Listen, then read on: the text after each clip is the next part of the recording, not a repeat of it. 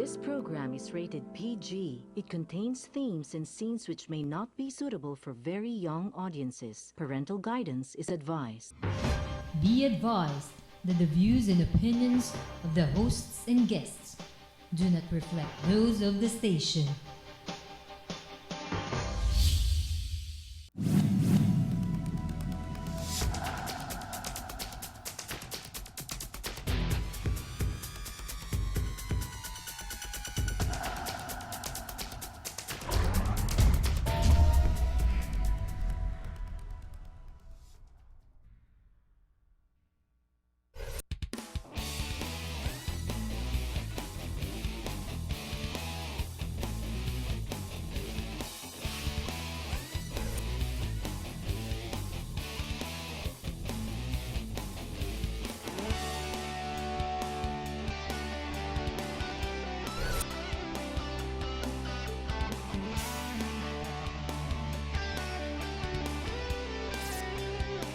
You are what you watch.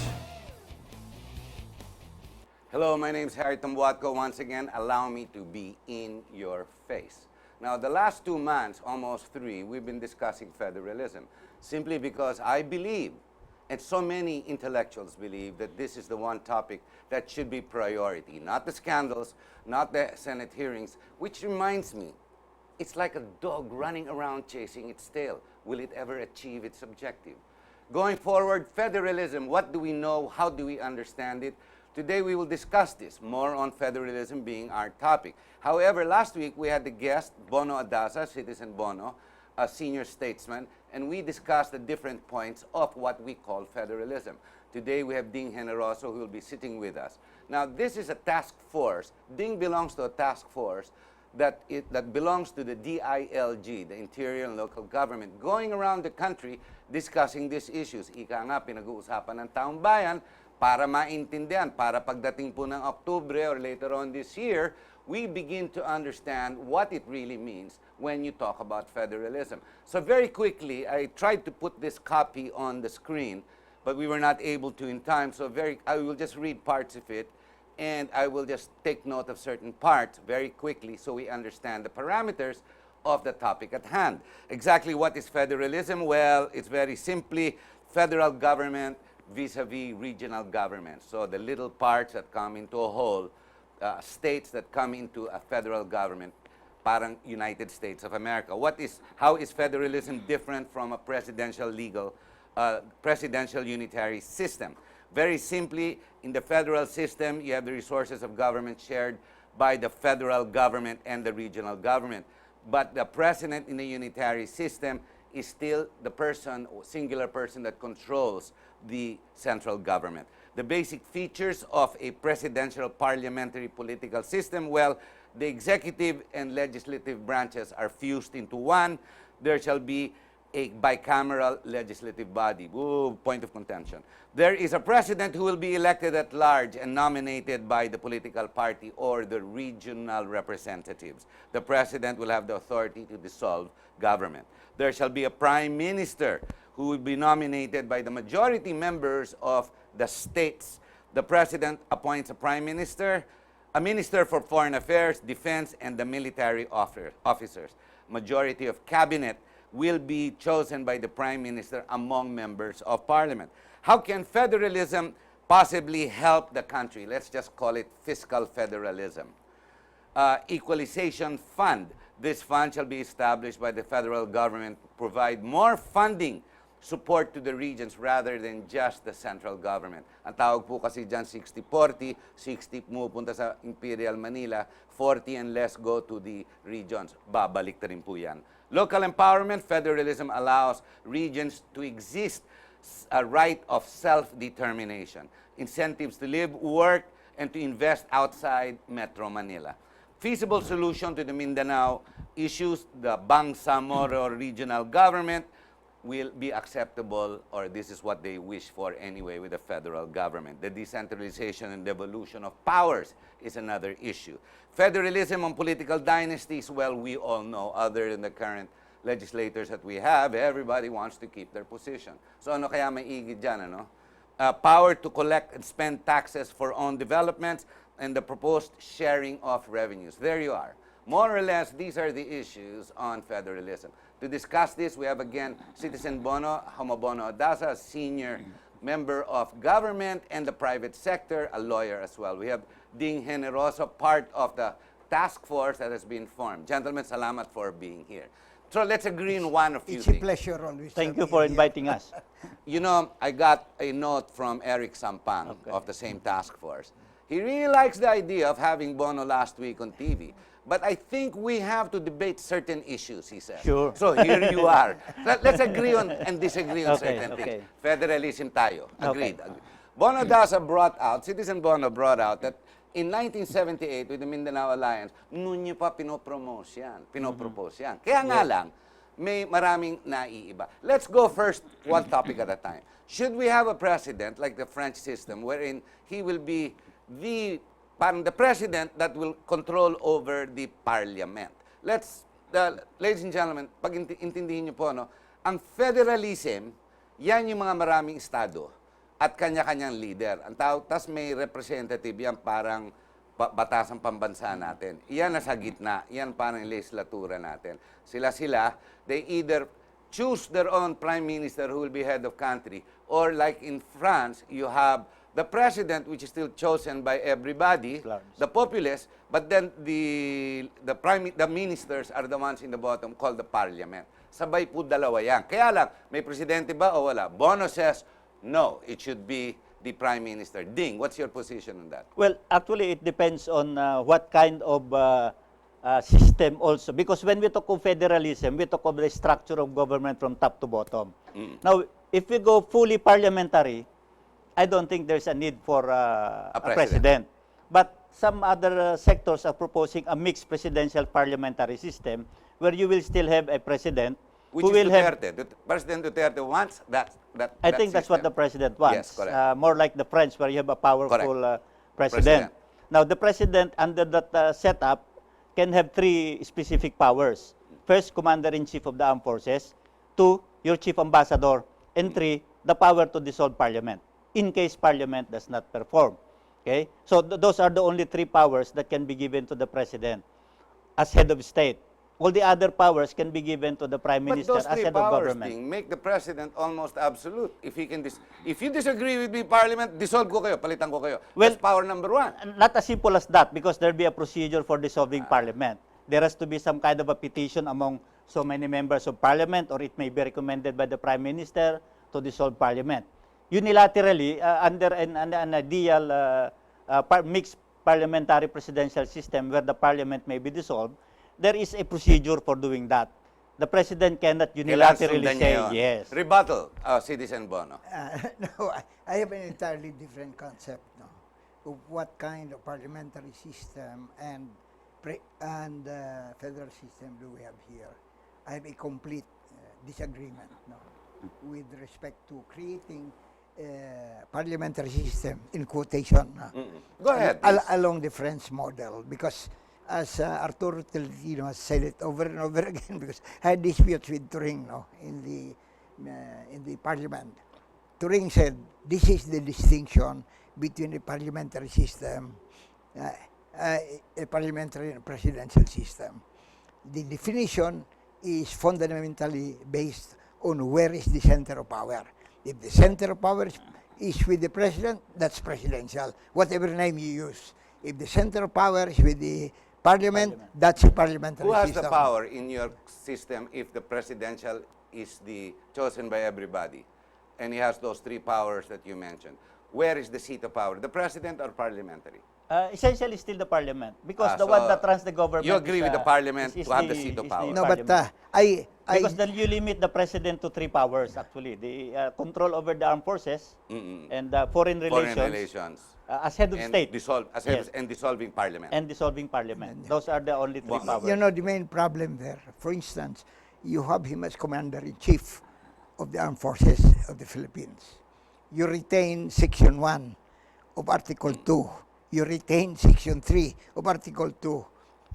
That's not hell of a parliamentary system, because that's basically presidential. The president, under those provisions of the Constitution, can dissolve everybody, not just the parliament. That's what I just said a while ago. But he was saying there are procedures wherein that has to be contained, maintained, and proposed. Pag hindi nasusundan, you don't get those powers. I was thinking about the Like procedure. you can make such a requirement such as 1/3 of parliament may petition the president to dissolve parliament. That may be a requirement, no?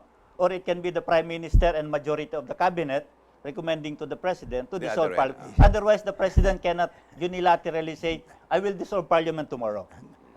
In which case, then you shift the balance of power to parliament and the cabinet. To As cabinet. the cabinet, as the executive arm of government, fused with the parliament. Okay, so you have there a balance. But the parliament is, the cabinet is chosen by the president. Well, nominated by the president. The essence is nominated by the president to be confirmed by parliament. But essentially, coming from parliament, at least a majority of the cabinet must come from the elected members of parliament. You know, I would like to simplify, the power structure in the parliamentary federal system, because the moment you give those powers to the president, and I said you retain Section 1 and Section 3, the serious danger is the president can declare a revolutionary government and abolish everybody. Yan You naman see? ang gusto ko, mag-revolution. Para tapos na, wala nang diskusyon. No, But go ahead. I agree with you there. But, if we were to produce a parliamentary and federal system, that will simplify matters. The president should only have ceremonial functions. As I mentioned last week, he should only be cutting ribbons and maybe represent the country in formal affairs, And the choice of the president under that particular system should be left with the different states. Every state, it should be in the transitory provision. Every year, we have a different president. That those people claiming that they never get to have an opportunity to have president, So every who will state- have president, yes, 1 year. All right, in the transitory provision, draw by lot from the very beginning. And that president only becomes ceremonial. Ceremonial. In effect. Yeah. So there's the difference. And he will be chosen by the legislature of each Para region equal- or state. equal representation of the For presidency. instance, if Metro Manila is number 1 in the choice of a president, because it will be a state, no? Yes.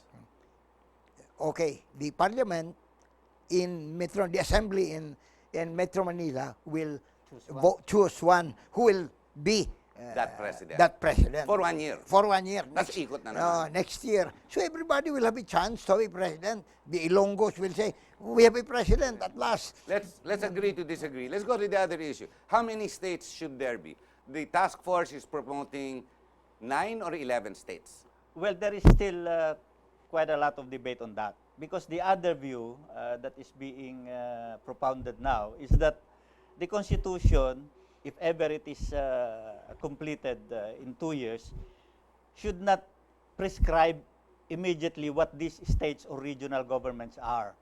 Rather, what the Constitution can provide is the mechanism and the criteria On by how. which some provinces and cities can form a regional government or a state, provided we follow a certain criteria, like they must be near one another, they must share a certain amount of culture or language, etc., no? The amount of resources that they have. There has to be some balance.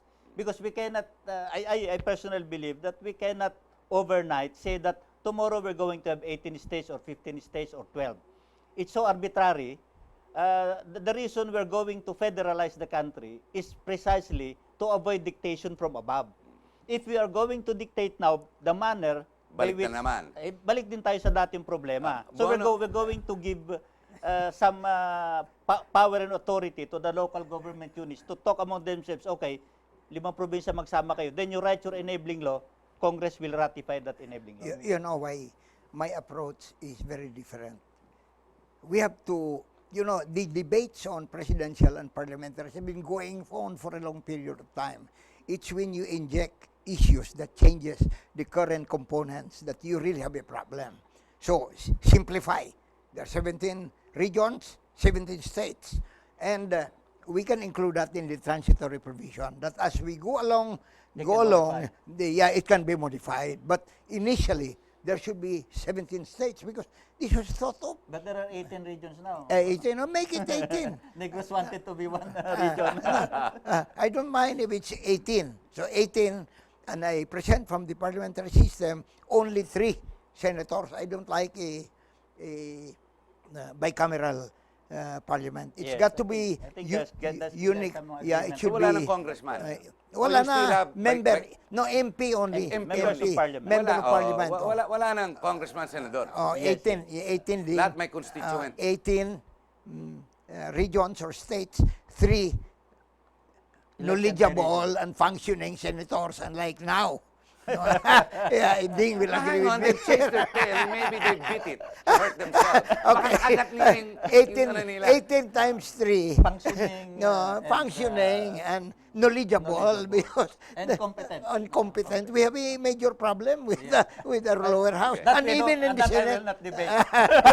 How do we handle fiscal federalism? There are poor regions and there are rich regions. No, that's why you have a proposal of an endowment, Yes, the endowment equalization fund, fund. Equalization fund. So That- some I regions like will the get idea. more money Yeah. because they are. Who will identify who is poor, who is not poor? Is it only simply because there's underdevelopment? For example, Mindanao has been forgotten for decades and decades, but it's actually known to be resource rich. Yes. Yeah. But yet it's totally underdeveloped today. So do we equalize the funding because they are underdeveloped today? It may not be the same in 5-6 years, but do we identify that and give them more slices of the pie? No, that's why in that particular proposal, it's not fixed. How much you give to the regions The or regions, states yeah. will be dependent upon the development process. Because if a state, for instance, due to good management, climb jumps, up. makes a quantum leap, you do not give them the same thing that you give them at the very So beginning. you're dependent on the prime ministers that are representative No, of they- each region yeah. to actually go to work. When in the last 5 decades, it just came out in the news the other day, 251 pesos is all it needs for you to stay decades in Muntinlupa. Simply because our legislators have not amended it and have not paid attention. They're still in what we call investigation. You know, Harry. That's investment. Investigation. You know, Harry, I've always Very been good, thinking sir. the reason why I've been proposing as early as I was a kid at the University of the Philippines, parliamentary and federal system, because institutions produce different kinds of leaders. In a presidential system, because of the system itself, it produces what I call, and Doyle Laurel agreed with me, in a presidential system, any damn fool can be president. But Or senator. in a parliamentary system, senators many. Okay, In a we're gonna- parliamentary system, no damn fool can be prime minister because Okay. he's primus inter pares. Yes. Okay, we'll have to take a break on that note. We weren't talking about the American president here. We're talking about the Philippines. And no damn fool can be president. We'll be right back. Stay with us.